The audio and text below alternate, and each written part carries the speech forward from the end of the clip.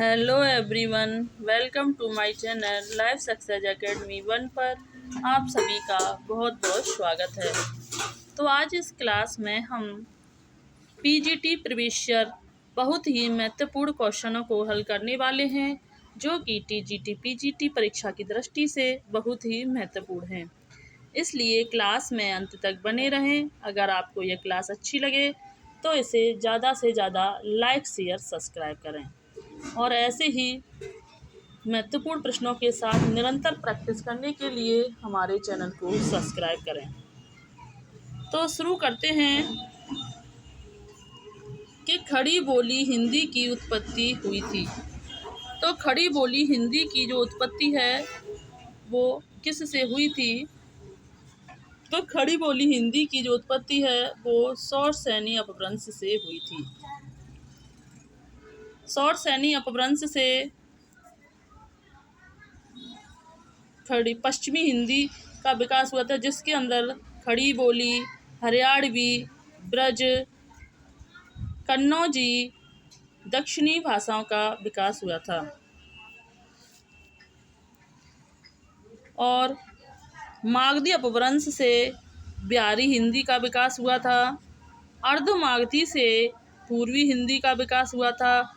सौरसेनी से पश्चिमी राजस्थानी गुजराती हिंदी का विकास हुआ था और पैसाची हिंदी से पंजाबी हिंदी का विकास हुआ था।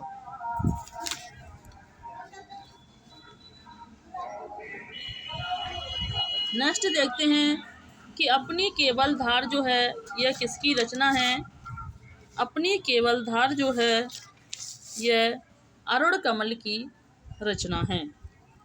अरुण कमल की अन्य रचना है केवल अपनी धार, अपनी केवल धार, ग्रेड 3, नए इलाके में, सबूत, पुतली में संसार आदि अरुण कमल की रचनाएं हैं। क्वेश्चन नंबर 3 देखते हैं, दूसरी परंपरा की खोज के लेखक कौन हैं? तो दूसरी परंपरा की खोज के जो लेखक हैं, नामवर सिंह जो हैं वो दूसरी परंपरा की खोज के लेखक हैं। नामवर सिंह का जन्म जो है वो 1926 में हुआ था और नामवर सिंह जो है वो मार्क्सवादी लेखक हैं। इनकी अन्य रचनाएं हैं दूसरी परंपरा की खोज, कहानी और नई कहानी, छायावाद, कविता के नए प्रतिमान, इतिहास की आलोचना तथा आधुनिक साहित्य की प्रवृत्तियां आदि मार्क्सवादी आलोचक की आलोचनात्मक कृति हैं। नेक्स्ट क्वेश्चन देखते हैं कि जलज किसका पर्यायवाची है? जलज किसका पर्यायवाची है? तो जलज जो है वो कमल का पर्यायवाची है। कमल के अन्य पर्यायवाची हैं सरोज, पंकज, जलजात, जलज, अब्ज, अरविंद, कमल, कंज, सतदल, अम्बुज, सरसिज, तामरस, नलिन, पुंडरीक, इंदिवर आदि जो हैं वह कमल के पर्यायवाची हैं। जबकि जलज जो है वो कमल का पर्यायवाची है, जलद जो है वो बादल का पर्यायवाची है और जलधि जो है यह समुद्र का पर्यायवाची है। यह शब्द जो हमें बहुत कंफ्यूज कर देते हैं। तो नेक्स्ट क्वेश्चन देखते हैं कि विद्यानिवास मिश्र कैसे निबंधकार हैं? तो विद्यानिवास मिश्र जो हैं वो एक ललित निबंधकार हैं। कैसे निबंधकार माने जाते हैं? तो विद्यानिवास मिश्र जो हैं ललित निबंधकार माने जाते हैं। अन्य ललित निबंधकार जो हैं हजारी प्रसाद द्विवेदी, कुबेर नाथ राय, विद्यानिवास मिश्र जो हैं ये ललित निबंधकार माने जाते हैं। विवेकी राय। अक्सर इससे भी क्वेश्चन बनता है कि ललित निबंधकार कौन से हैं, हास्य व्यंग्यकार कौन से हैं, तिलिस्मी उपन्यासकार कौन से हैं। तो ललित निबंधकार हैं हजारी प्रसाद द्विवेदी, कुबेर नाथ राय, विद्यानिवास मिश्र, विवेकी राय, देवेंद्र सत्यार्थी आदि जो हैं यह सभी ललित निबंधकार हैं। नेक्स्ट क्वेश्चन देखते हैं कि हंस पत्रिका के संपादक का नाम है। तो हंस पत्रिका के जो संपादक हैं प्रेमचंद जो है वो हंस पत्रिका के संपादक का नाम है। कथा सम्राट प्रेमचंद हंस पत्रिका नाम के संपादक थे। मासिक पत्रिका हंस का प्रकाशन जो है वो 1950 में बनारस से प्रारंभ हुआ था। प्रेमचंद के बाद शिवदान सिंह चौहान एवं अमृत राय ने हंस पत्रिका का प्रकाशन किया था और हंस के वर्तमान जो संपादक हैं अब यह राजेंद्र यादव हैं और जो अब यह दिल्ली से प्रकाशित होने वाली पत्रिका है। क्वेश्चन नंबर 7 देखते हैं कि ताड़ सप्तक का प्रकाशन वर्ष है। तो ताड़ सप्तक का जो प्रकाशन वर्ष है 1943 है। इसके प्रवर्तक जो हैं वो अज्ञ हैं। दूसरे ताड़ सप्तक का प्रकाशन 1951, तीसरे ताड़ सप्तक का प्रकाशन 1959 और चौथे ताड़ सप्तक का प्रकाशन 1979 में हुआ था। नेक्स्ट देखते हैं आवारा मसीहा के लेखक कौन हैं। तो आवारा मसीहा के लेखक जो हैं वो विष्णु प्रभाकर जो हैं वो आवारा मसीहा के लेखक हैं। इसमें शरत चंद्र की जीवनी का वर्णन किया गया है। नेक्स्ट देखते हैं विष्णु प्रभाकर हैं, इसमें शरत चंद्र की जीवनी का वर्णन किया गया है। विष्णु प्रभाकर के अन्य रचना हैं अर्धनारीश्वर है, तट के बंधन है, निशिकांत नामक उपन्यास, टूटते हुए परवेश, युगे युगे क्रांति, डॉक्टर उपन्यास है।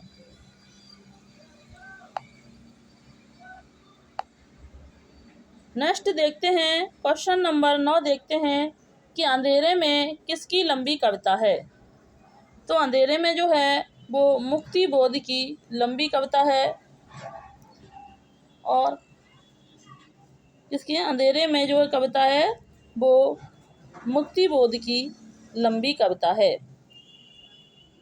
और मुक्ति बोध की अन्य कविता हैं चांद का मुंह टेढ़ा, भूरी भूरी खाक धूल, ब्रह्म राक्षस, लकड़ी का रावण, यह जो मुक्ति बोध की अन्य रचना है। मुक्ति बोध का जन्म 1917 ईस्वी में हुआ था। क्वेश्चन नंबर 10 देखते हैं कि प्रसाद के अधूरे उपन्यास का नाम है।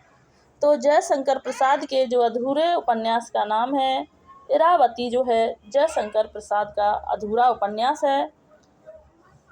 इनके अन्य उपन्यास हैं कंकाल 1929, तितली 1934 हैं। जबकि मंगलसूत्र प्रेमचंद का अधूरा उपन्यास है और इरावती जयशंकर प्रसाद का अधूरा उपन्यास है। जयशंकर प्रसाद को साहित्य का ब्रह्मा कहा जाता है। तो साहित्य के ब्रह्मा विष्णु महेश कहा जाता है। प्रसाद पंत निराला को ब्रह्मा विष्णु महेश कहा जाता है। क्वेश्चन नंबर 11 देखते हैं बामन दास किस उपन्यास का पात्र है। तो बामन दास जो है वो मैला आंचल का पात्र है। बामन दास फणेश्वर नाथ रेणु के द्वारा रचित लिखा गया एक आंचलिक उपन्यास है। इस फणेश्वर नाथ रेणु की अन्य रचना है परिकथा, दीर्घतापा, जुलूस फणेश्वर नाथ रेणु के द्वारा लिखे गए अन्य उपन्यास हैं। मैला आंचल में बामन दास जो है गांधी पात्र के रूप में उभारा गया है। क्वेश्चन नंबर 12 देखते हैं कि तीसरी कसम कहानी के लेखक कौन हैं। तो तीसरी कसम कहानी के लेखक जो हैं वो फणेश्वर नाथ रेणु हैं। तीसरी कसम कहानी जो है पर एक फिल्म भी बनाई गई है। क्वेश्चन नंबर 13 देखते हैं, भारत मित्र पत्र प्रकाशित होता था। तो भारत मित्र पत्र जो है कोलकाता से प्रकाशित होता था। इसके संपादक छोटू लाल मिश्र थे। नेक्स्ट क्वेश्चन देखते हैं, क्या भूलूं क्या याद करूं किसकी आत्मकथा है। तो क्या भूलूं क्या याद करूं जो है वो हरवंश राय बच्चन की आत्मकथा है। हरवंश राय बच्चन ने अपनी आत्मकथा को 4 भागों में लिखा था। नंबर 1, क्या भूलूं क्या याद करूं, नीड़ का निर्माण, बसेरे से दूर, 10 द्वार से सोपान तक। और हरवंश राय बच्चन की अन्य रचनाएं हैं मधुशाला, मधुबाला, मधुशाला, मधु कलश, निशा निमंत्रण जो है ये हरवंश राय बच्चन की अन्य रचना है। हरवंश राय बच्चन का जन्म 1907 ईस्वी में हुआ था। हरवंश राय बच्चन जो हैं एक हालावादी कवि हैं। क्वेश्चन नंबर 15 देखते हैं कि दिनकर को किस कृति पर ज्ञानपीठ पुरस्कार प्राप्त हुआ था। तो दिनकर को उर्वशी रचना पर 1972 में ज्ञानपीठ पुरस्कार प्राप्त हुआ था। तो हिंदी का पहला ज्ञानपीठ पुरस्कार जो है वो सुमित्रा नंदन पंत को 1968 ईस्वी में चिदम्बरा रचना के लिए दिया गया था। फिर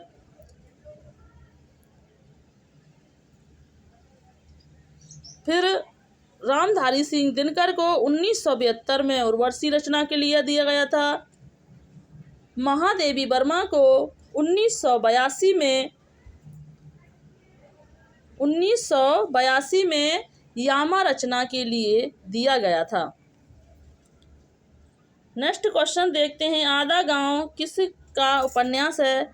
तो आधा गांव जो है राही मासूम रजा का उपन्यास है।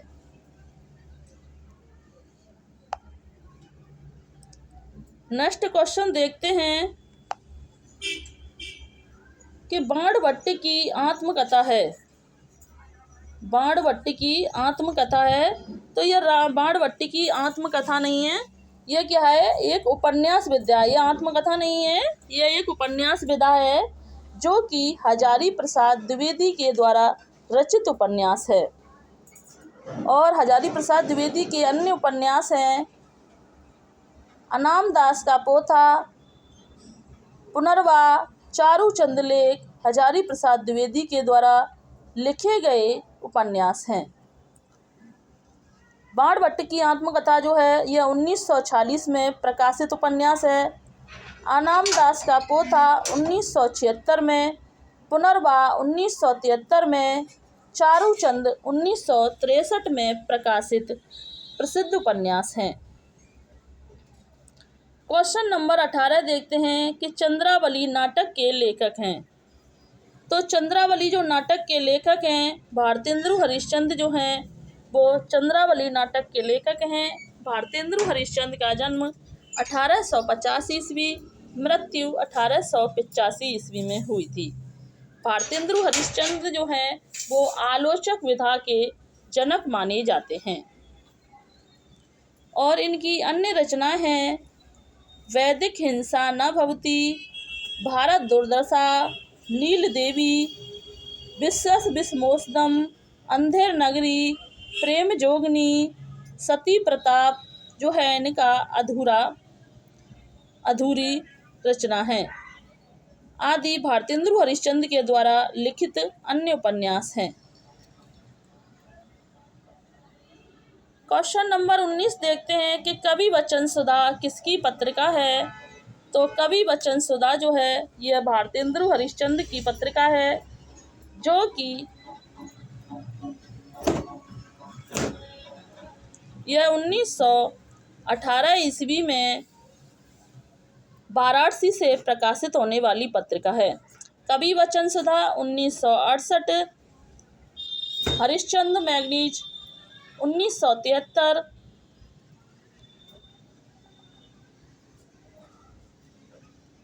सॉरी ये नहीं है,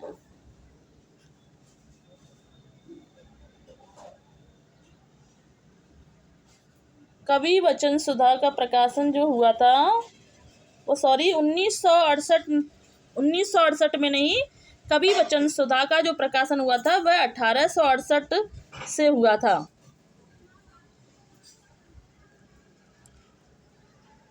नेक्स्ट क्वेश्चन देखते हैं कि महावीर प्रसाद द्विवेदी ने सरस्वती पत्रिका का संपादन कब शुरू किया था।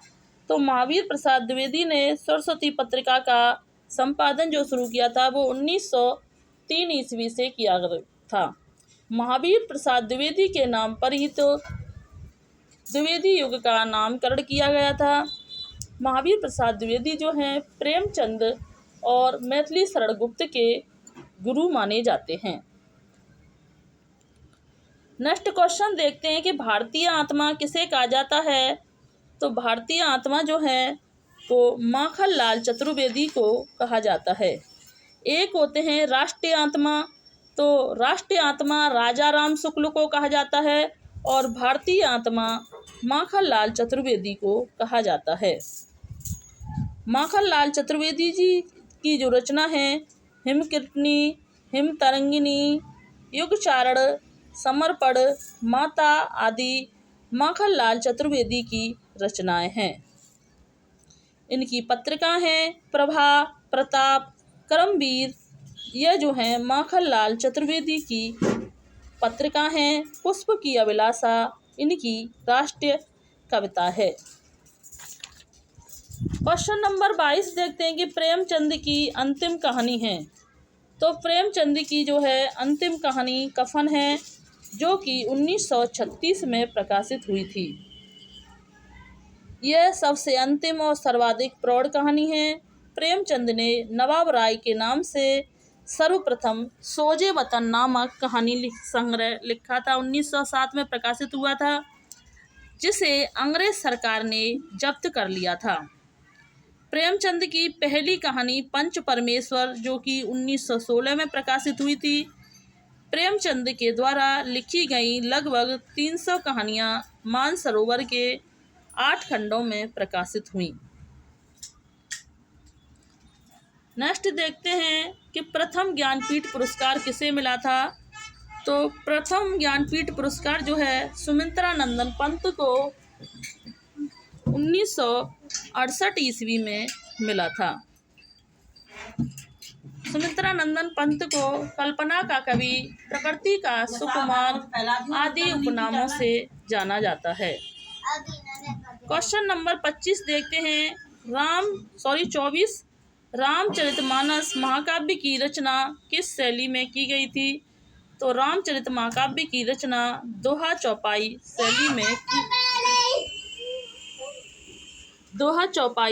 शैली में रामचरितमानस की रचना की गई थी। रामचरितमानस जो है वो तुलसीदास के द्वारा रचित एक महाकाव्य रचना है, जिसे 7 खंडों में विभक्त किया गया है। रामचरितमानस जो है 1631 में प्रकाशित महाकाव्य रचना है। नेक्स्ट देखते हैं कि बिहारी किस धारा के कवि हैं। तो बिहारी जो हैं वो रीति सिद्ध काव्य धारा के कवि हैं। बिहारी का जन्म 1555 ईस्वी में हुआ था। बिहारी जो हैं वो राजा जयसिंह के दरबार के कवि थे। बिहारी जी ने मात्र एक रचना बिहारी सत्सई लिख कर के साहित्य जगत में प्रसिद्धि प्राप्त की थी। नेक्स्ट क्वेश्चन देखते हैं, किस कवि की प्रेमिका का नाम सुजान था। तो घनानंद की प्रेमिका का नाम सुजान था। किसका था? घनानंद की प्रेमिका का नाम सुजान था। घनानंद का जन्म 1689 ईस्वी में हुआ था। इनकी अन्य रचना है सुजान सागर, लोकसार, विरह लीला, रस केली बल्ली, कृपा कांड जो है यह घनानंद की रचना है। क्वेश्चन नंबर 27 देखते हैं, द्विवेदी युग का नामकरण किसके नाम पर किया गया था? तो द्विवेदी युग का नामकरण जो है वो महावीर प्रसाद द्विवेदी के नाम पर किया गया था। महावीर प्रसाद द्विवेदी का जन्म 1864 ईस्वी में हुआ था।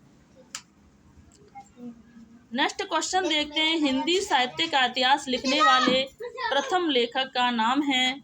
तो हिंदी साहित्य का इतिहास जो है वो गारसा दा तासी ने 1839 में फ्रेंच भाषा में लिखा था, जिसका अनुवाद लक्ष्मी सागर वासडे के द्वारा किया गया था। नेक्स्ट क्वेश्चन देखते हैं, आला खंड का दूसरा नाम क्या है? तो आला खंड का जो दूसरा नाम है परमाल रासो जो है वो आला खंड का दूसरा नाम है। आला खंड जो है यह वर्षा ऋतु में गाए जाने वाला गीति काव्य रचना है। इसमें आला और उदल दो क्षेत्रीय वीरों की वीरता का वर्णन किया गया है। नेक्स्ट क्वेश्चन देखते हैं कि निर्गुण ज्ञान ज्ञाना नहीं है, निर्गुण ज्ञान श्रेय शाखा का दूसरा नाम क्या था? तो निर्गुण ज्ञान श्रेय शाखा का नाम संत साहित्य था। निर्गुण और सगुण शाखा ये दो विभाग में जो भक्ति काल को दो भागों में रामचंद्र शुक्ल के द्वारा विभाजित किया गया था। नेक्स्ट क्वेश्चन देखते हैं कि खड़ी बोली में सबसे पहले काव्य सृजन वाले कवि कौन हैं? तो अमीर खुसरो जो हैं वो खड़ी बोली में काव्य सृजन करने वाले कवि हैं। इनका जन्म 1253 ईस्वी में पटियाली में हुआ था, एटा के पटियाली में हुआ था। अमीर खुसरो को तोता ए हिंद के नाम से भी जाना जाता है। अमीर खुसरो का वास्तविक नाम अब्बुल हसन था। खालिक बारी की खुसरो की पहेलियाँ, मुकरियाँ, दो सुखने, गजलें, हालात ए कन्हैया अमीर खुसरो की प्रमुख रचना हैं। आज का अंतिम क्वेश्चन देखते हैं कि अष्टछाप के संस्थापक कौन थे? तो अष्टछाप के जो संस्थापक थे विट्ठल नाथ थे। विट्ठल नाथ ने अष्टछाप की स्थापना 1565 ईस्वी में की थी। इसमें 8 कवि थे, जिसमें 4 तो बल्लभाचार्य जी के शिष्य थे और 4 जो थे वो विट्ठल नाथ के शिष्य थे। तो इसमें जो बल्लभाचार्य जी के शिष्य थे सूरदास, कुम्भन दास, परमानंद दास और कृष्णदास, ये 4 जो थे वो बल्लभाचार्य जी के शिष्य थे और 4 विट्ठल नाथ के शिष्य हैं गोविंद स्वामी, छीत स्वामी, नंददास और चतुर्भुज दास थे। यह इन्हें और इन 8 कवियों को अष्टसखा के नाम से भी जाना जाता है। अष्टछाप में सबसे वरिष्ठ कवि जो हैं कुम्भन दास हैं और सबसे कनिष्ठ कवि नंददास को माना जाता है। तो आज हमने इस क्लास में 32 क्वेश्चनों के साथ इनकी व्याख्या भी की और आज की क्लास को हम यहीं समाप्त करते हैं। अगर आपको यह क्लास अच्छी लगी हो तो इसे ज़्यादा से ज़्यादा लाइक, शेयर, सब्सक्राइब करें। Thanks watching this video. जय हिंद, जय भारत।